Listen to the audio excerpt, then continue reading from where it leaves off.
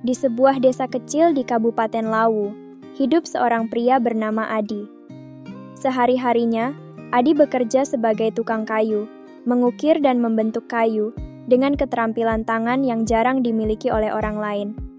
Namun, di balik penampilan sederhana dan pakaian penuh debu kayu itu, tersembunyi sebuah rahasia gelap yang nyaris mengacaukan kehidupan banyak orang.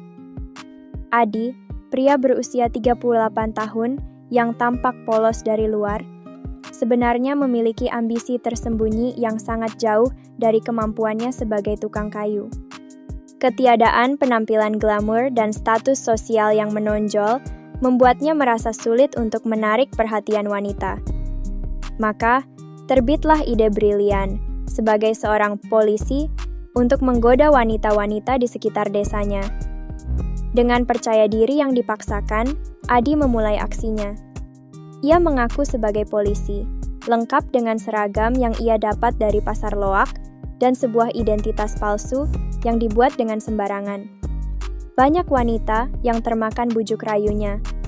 Salah satu dari mereka adalah HR, seorang bidan berusia 42 tahun yang sudah lama menjanda. Menjadi istri seorang polisi tentu menjadi kebanggaan tersendiri bagi HR. Apalagi, polisi yang ia yakini sebagai Adi ternyata lebih muda darinya. Bayangan akan masa depan bersama seorang polisi yang tampaknya penuh kejayaan membuatnya rela jatuh cinta dengan penuh harapan. HR, yang merasa bahwa tembakannya kali ini pasti lebih dahsyat, akhirnya menjadi korban berikutnya dari tipu daya Adi. Setelah beberapa kali tembakan yang membuat perut HR semakin membesar, kehidupan bahagianya mulai runtuh. HR kini hamil 5 bulan, dan Adi yang telah bermain peran sebagai polisi hilang bak ditelan bumi. Keberaniannya yang terlanjur konyol membuat dia tak kunjung pulang, dan kini HR yang kesakitan dan tertekan harus menghadapi kenyataan pahitnya sendirian. Kasus ini kemudian sampai ke telinga pihak kepolisian. Begitu laporan disampaikan ke Polsek Masamba, proses penyidikan dimulai. Hasilnya sungguh mengejutkan.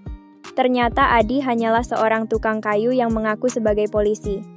Polisi pun melakukan tindakan tegas dengan menahan Abbas, ayah Adi, untuk mendesak Adi menyerahkan diri. Dari keterangan orang tuanya, terungkaplah bahwa ini bukan kali pertama Adi membuat onar. Sebelumnya, sudah ada 6 wanita lain yang dihamilinya dengan janji-janji manis sebelum pernikahan.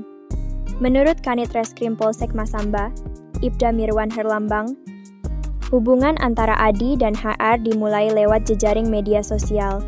Berbekal foto-foto palsu dan kisah-kisah dramatis, Adi berhasil membangun image sebagai seorang polisi yang tampaknya sempurna. Sayangnya, perannya sebagai polisi hanya bertahan sementara sebelum akhirnya kebenaran terungkap.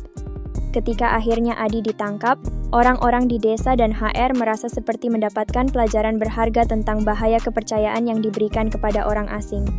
Ironisnya, saat Adi bersembunyi dan menikmati hasil perbuatannya, yang menanggung akibatnya adalah ayahnya sendiri. Abbas, yang tak tahu menahu soal tipu daya anaknya, terpaksa harus mendekam di penjara sementara Adi bebas berkeliaran dengan status buron. Kisah Adi ini bukan hanya sebuah drama kecil di desa, melainkan sebuah pengingat akan pentingnya kejujuran dan kewaspadaan. Di ujung cerita, Adi mungkin hilang dalam bayang-bayang hukuman, tetapi orang-orang yang menjadi korban akan terus merasakan dampaknya sepanjang hidup mereka. Dengan segala kehebohan yang ditimbulkan, cerita ini menyoroti bahwa tidak semua yang bersinar adalah emas, dan bahwa kadang-kadang, apa yang tampak sebagai penyelamat bisa menjadi bencana terbesar dalam hidup seseorang. Semoga cerita di atas bisa menghibur kalian semua dari himpitan ekonomi yang makin sulit. Terima kasih sudah berkunjung ke sini. Jangan lupa untuk like dan subscribe-nya.